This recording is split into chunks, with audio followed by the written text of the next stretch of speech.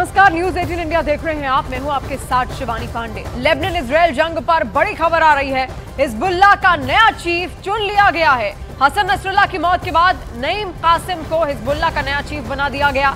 Hassan Nasrallah 27 सितंबर 2024 को Israel की air strike में मारा गया था। अब हिजबुल्लाह को चीफ नईम कासिम को बना दिया गया है। तो ये नया चीफ है नईम कासिम। एक नया नाम निकलकर सामने आया है जिसका ऐलान हिजबुल्लाह की ओर से किया गया है। इससे पहले हसन नसरल्लाह को खत्म किया गया था इजरायल की तरफ से, जो लगातार उसकी तलाश में भी था। और जब उसका खात्मा हुआ, एक बहुत बड़ा झटका उस वक्त हिजबुल्लाह को लगता है, क्योंकि हिजबुल्लाह के तमाम कामकाज को उसकी ओर से ही देखा जाता था और तब से ये नया नाम अब तक तय नहीं हो पाया था। लेकिन अब नया चीफ बन चुका है नईम कासिम, और नईम कासिम बनते ही, ये चीफ बनते ही जरूर इजरायल के टारगेट पर भी आ गया होगा।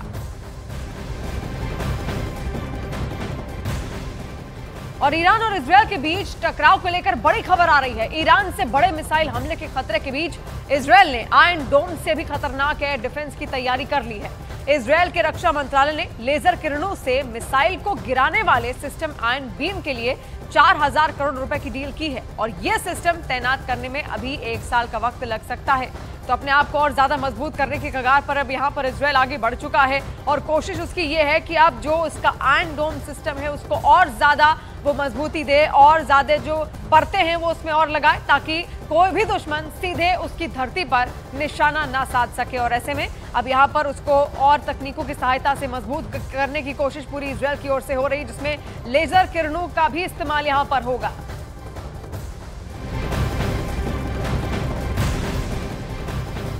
और दक्षिण लेबनान के एतारोन इलाके में इजरायल की सेना ने हवाई हमला कर दिया है। वहां एक के बाद एक कई बम गिराए गए। और इसके अलावा आपको ये भी बता दें, जिससे पूरे इलाके में तबाही का माहौल बन गया और चारों तरफ धुएं का गुबार देखने को मिला। धमाके के बाद वहां मौजूद कई इमारतों में आग भी लग गई।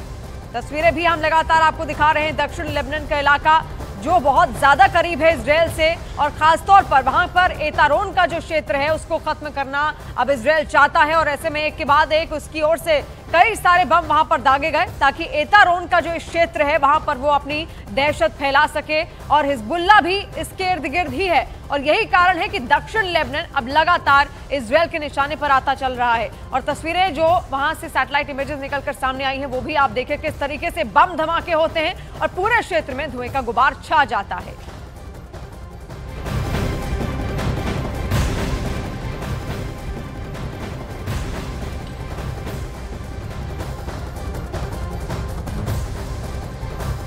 और दक्षिणी लेबनान के सासाकिया क्षेत्र में आज इजरायल ने एयर स्ट्राइक की है। हमले के बाद वहां धुआं दिखाई दिया। आपको दिखाते हैं वॉर जोन से न्यूज 18 इंडिया की एक्सक्लूसिव रिपोर्ट। मैं इस वक्त पहुंचा हूं साउथ लेबनान के सासाकिया एरिया में, जहां थोड़ी देर पहले एयर स्ट्राइक हुई है इजरायली फोर्सेस की, और इस वक्त वहां पे आग लगी है। मैं दिखाने की कोशिश करूंगा। ये एरिया जो है इस वक्त जल रहा है, क्योंकि एयर स्ट्राइक एयर फोर्सेस की तरफ से यहाँ पे हुई है। इजरायली फोर्सेस की तरफ से जो एयर स्ट्राइक हुई उसकी वजह से आग लगी है। मैं दिखाने की कोशिश करूंगा। ये आप न्यूज़ 18 इंडिया पे एक्सक्लूसिव विजुअल्स देख सकते हैं, जहाँ पे एयर स्ट्राइक हुई है।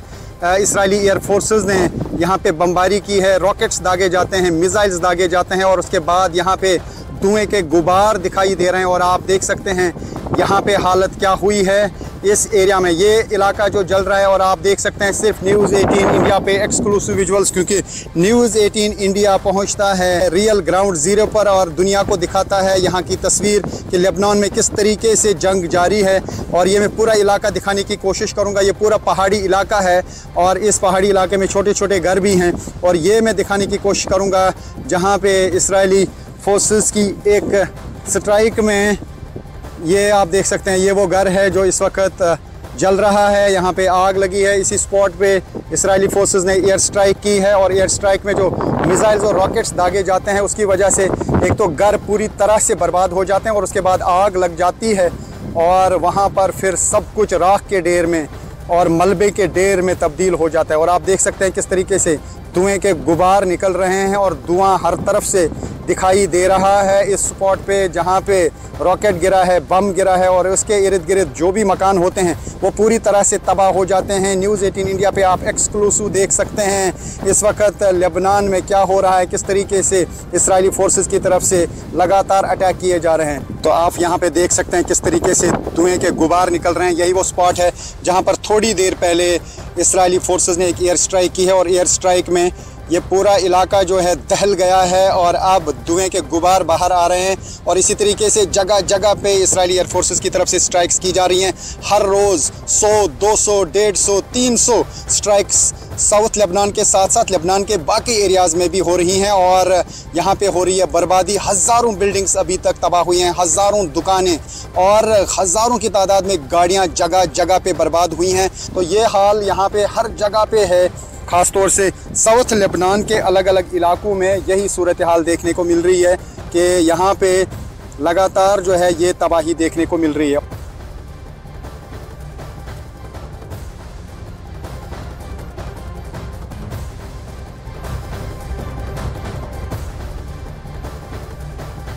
इजरायल और ईरान इस वक्त ऐसे मुहाने पर खड़े हैं जहां के किसी भी वक्त वर्ल्ड वॉर की शुरुआत हो सकती है और जंग के जो हालात बने हुए हैं उससे सुपर पावर अमेरिका भी इस वक्त टेंशन में है, क्योंकि इजरायल को अमेरिका का समर्थन है तो ईरान के साथ पुतिन खड़े हैं। ऐसे में हालात बिगड़ने पर यह जंग अमेरिका बनाम रूस हो सकती है।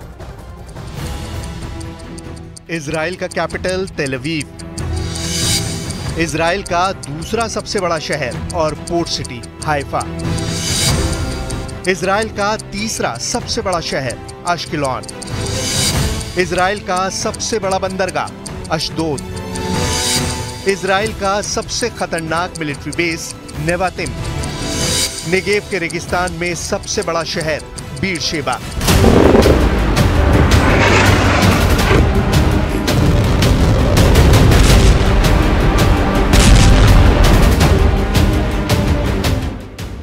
इन्हें मिलाकर इस वक्त इजरायल के 25 शहरों में ऐसा अलर्ट है, एक ऐसी घड़ी टिक टिक कर रही है जिसमें हमले वाले अलार्म की घंटी नहीं बजेगी।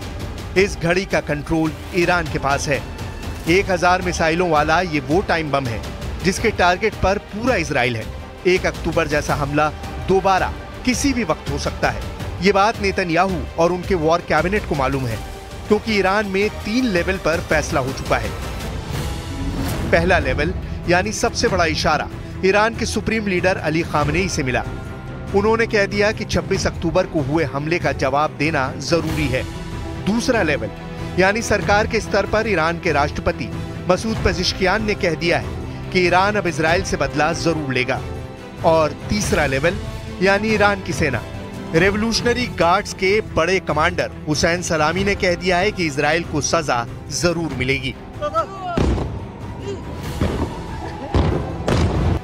1 अक्टूबर को ईरान ने जिस तरह से इजरायल पर बैलिस्टिक मिसाइलों की बरसात की थी, ये तीनों ऑर्डर उसी हमले की कामयाबी और फिर इजरायल के जवाबी हमले के असर को लेकर किए गए हैं।